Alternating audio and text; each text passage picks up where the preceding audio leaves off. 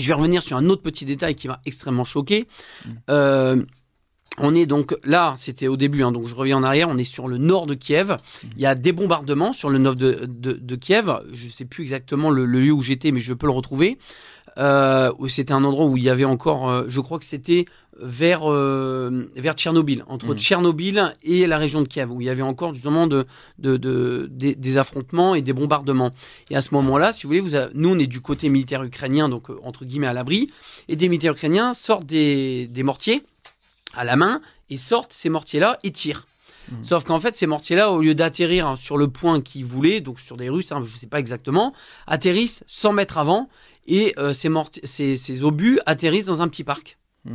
Donc on regarde, heureusement ça n'a pas fait de victimes. Il y avait des journalistes qui étaient là en retrait avec nous au niveau sécurité, parce qu'on ne pouvait pas passer forcément. Des journalistes occidentaux. Occidentaux, oui, tout à fait. Et ça se calme, il n'y a plus. Les militaires avancent, nous on reste toujours en retrait pendant des heures et des heures. Ça se passe et au bout d'un moment on nous dit c'est bon, vous pouvez y aller. Donc on est escorté, on passe, qu'en fait on devait passer par cet endroit-là pour aller à un endroit stratégique. Donc on devait attendre.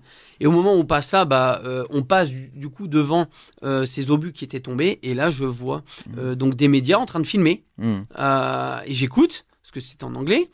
Et ils disent oui, voici les points d'impact des obus russes. Voilà, ça a bombardé donc des lieux civils dans un parc, etc. J'attends qu'ils finissent, je vais les voir.